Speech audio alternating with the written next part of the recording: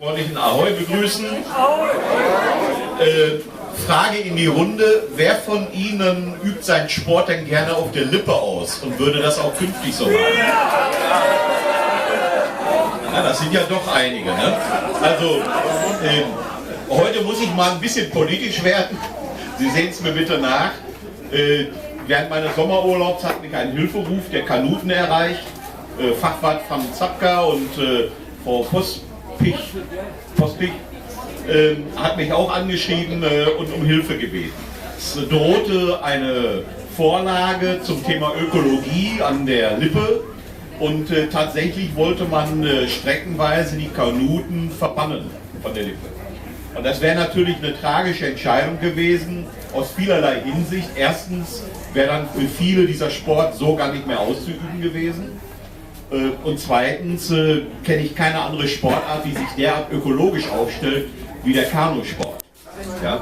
Also vielleicht noch so ein bisschen die Ruderer, ne? Aber ansonsten gibt es eigentlich keinen, der pfleglicher mit seiner Umwelt umgeht, mit dem Wasser, mit dem Land, und deswegen wäre es einfach nur falsch gewesen, die Kanuten zu verbannen. Wir haben dann angefangen, ein großes Rad zu drehen, und am Ende des Tages ist jetzt ein hochpolitisches Thema in den Gremien des Kreises geworden.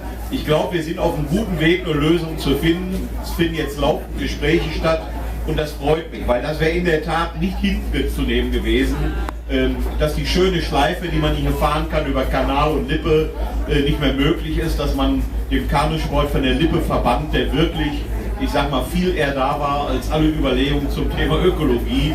Und manchmal kann man es auch ein bisschen übertreiben mit der Ökologie, ne? Also das muss man ja wirklich auch sagen. Der Kanusport stört dort nicht. Also sind wir uns einig, das ist gut so. Zur Saison möchte ich sagen, ich gratuliere natürlich allen zu ihren persönlichen Leistungen. Ne?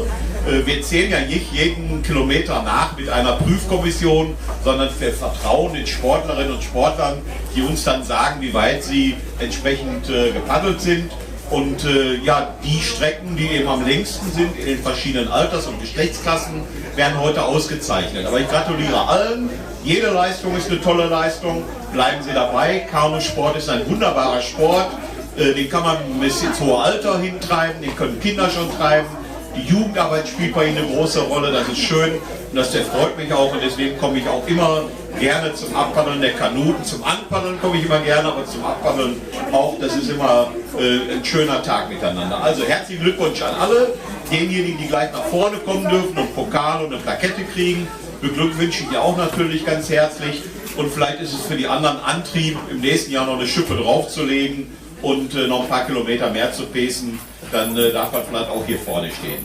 Leider gibt es bei uns ja keinen Rennkanusport, aber im Jahr der Olympiade muss man ja wirklich sagen, also wenn eine Sportart uns als Olympiafans, als Sportfans viel Freude gemacht hat, dann waren es wirklich die Kanuten, ne? Wie immer eigentlich, muss man ja sagen.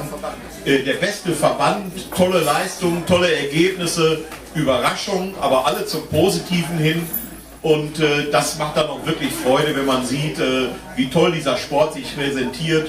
Und ganz Olympia Deutschland hat zugeguckt und hat den Kanuten zugejubelt. Vielleicht auch diejenigen, die sonst lieber nur zum Fußball oder zum Tennis oder zum Handball gehen. Also Kanusport ist eine tolle Sache und der ist lebendig in Marl, wenn auch nicht als Rennsport. Ja, also Ihnen alles Gute, und mit der Lippe denke ich, da werden wir eine gute Lösung hinkriegen. Sie haben ja die richtigen Leute auch am Start, die die Politiker entsprechend beraten, und dann kann nur das Beste dabei rauskommen. Ja? Herzlichen Dank und Glück auf.